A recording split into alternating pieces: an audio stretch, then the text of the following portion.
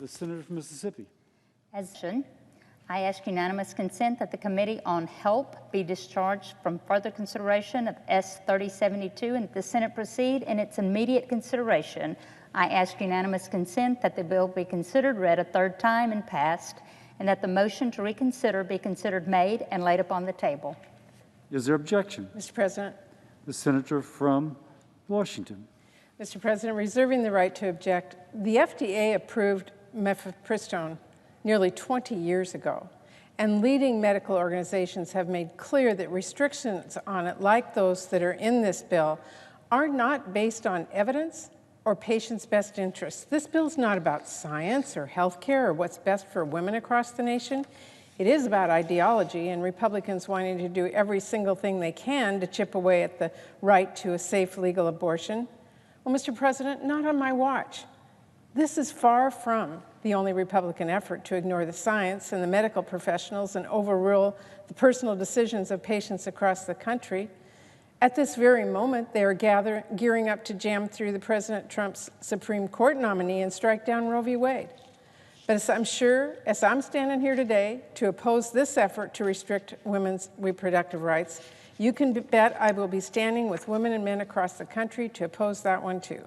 So I will offer a legislation in a moment that actually does work to protect and help women and families in a moment. But for now, on this request, I object. Objection is heard.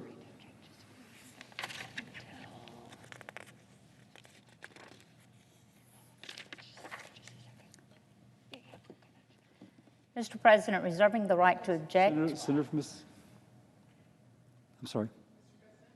Senator from Washington. Mr. President, we are in the middle of a pandemic. 200,000 people have died. Millions more have been infected. And this crisis is nowhere close to being over. But are Republicans offering solutions? Not even close. We need to be prioritizing science. Instead, they are offering a bill that prioritizes partisan ideology.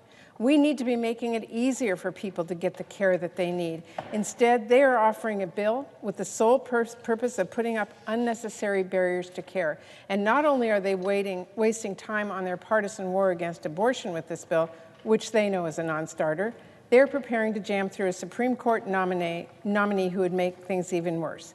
And they're fighting to not just overturn Roe v. Wade, but to strike down health care for tens of millions of people, and strike down protections for people with pre-existing conditions, and to send health care costs skyrocketing, all during a pandemic. I can't believe I have to say this, but we need to be taking steps to make this crisis better, not worse, which is why I'm going to offer a unanimous consent request that the Senate proceed to S. 4638, the Science and Transparency Over Policy Act, which Senator Schumer and myself and 32 other Democrats introduced today. Mr. President, unfortunately, we have seen the Trump administration repeatedly take dangerous steps to undermine and overrule the experts at our nation's public health agencies. We've seen the president spread lies and misinformation and conspiracy theories about their work. We've seen his officials meddle with key scientific reports and apply pressure to promote unproven treatments. And we know this interference can damage public confidence in the science-based guidance our experts issue to help save lives, and in their efforts to evaluate a vaccine and make sure it is safe and effective. We just can't let that happen. This reckless interference didn't start yesterday. It's clear it's not going to stop tomorrow, so I believe Congress needs to take action to make it stop. The STOP Act would do just that by providing much-needed transparency and accountability. Given how many Republicans have said we need to be listening to the experts and following the science, this bill should not be controversial. It should be common sense. So, Mr. President, as if in legislative session, I ask unanimous consent that the Help Committee be discharged from further consideration of S. 4638. The Senate proceeds to its immediate consideration, and unanimous consent that the bill be considered, read a third time and passed, and the motion to reconsider be considered made and laid upon the table. Is there objection? Objection is heard.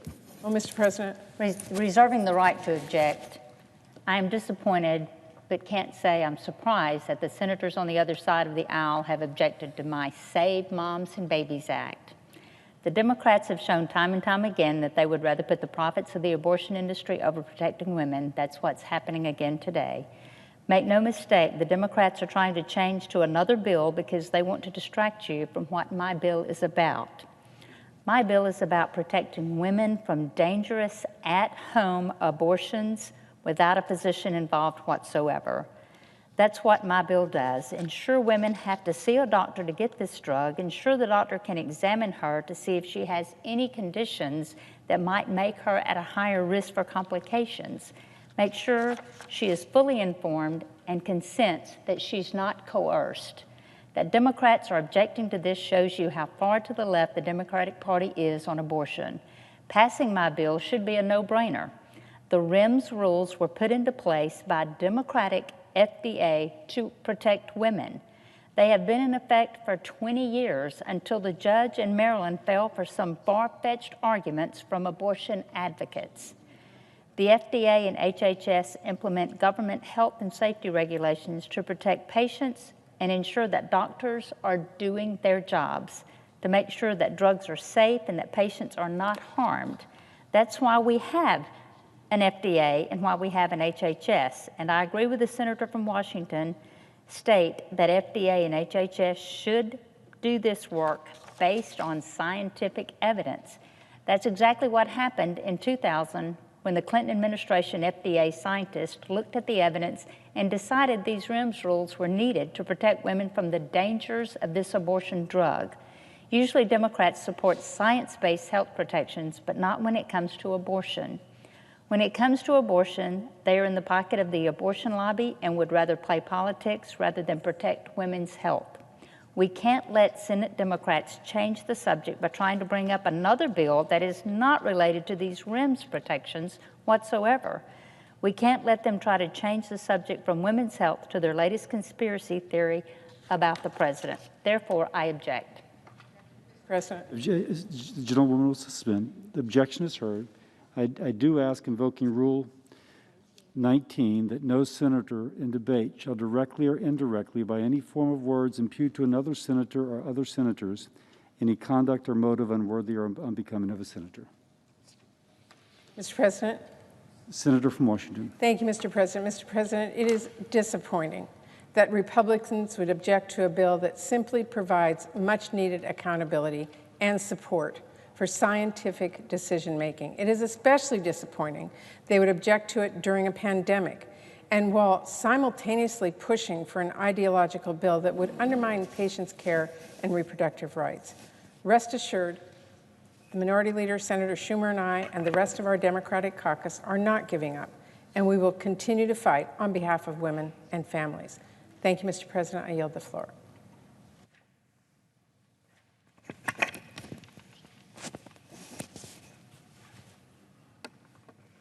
Mr. President, Senator from Utah. point of parliamentary inquiry. What was the statement that prompted the admonition under Rule 19?